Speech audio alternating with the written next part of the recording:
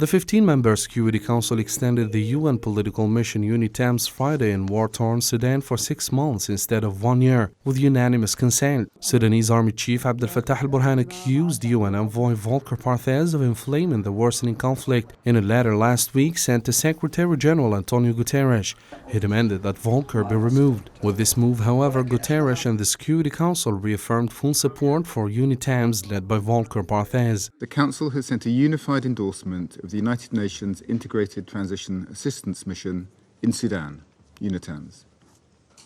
I would like to pay tribute to the efforts of all UN staff in Sudan and supporting from outside, who continue to do vital work under extremely challenging circumstances.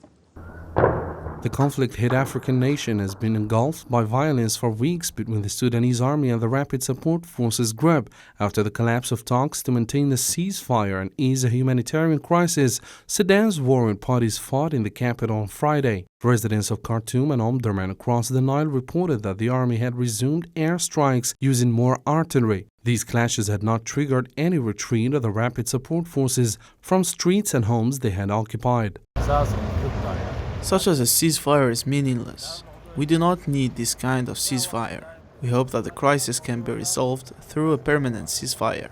But now it's just an endless cycle between firing and ceasefire. The conflicting parties should reach an agreement as soon as possible. Otherwise, the fire will never be stopped. In addition to the fierce fighting, widespread looting and red tape are hampering efforts to deliver vital humanitarian supplies to millions of people who now rely on a relief effort for survival. The UN agency said it had already lost supplies in Sudan worth $60 million during the conflict, at a time when the country needs $2.6 billion to meet aid necessities this year.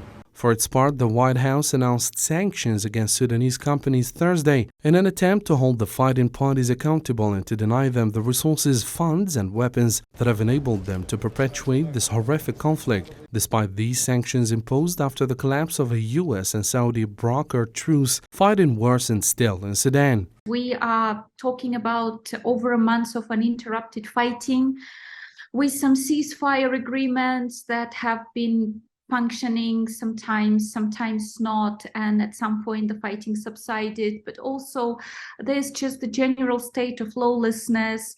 The lootings have been widespread, and just like the general criminality, and that of course adds a different layer and makes it an extremely. In addition to civilians killed in the war, at least 8 aid workers were killed in the fighting. Several ceasefires have been agreed, but they have been routinely violated.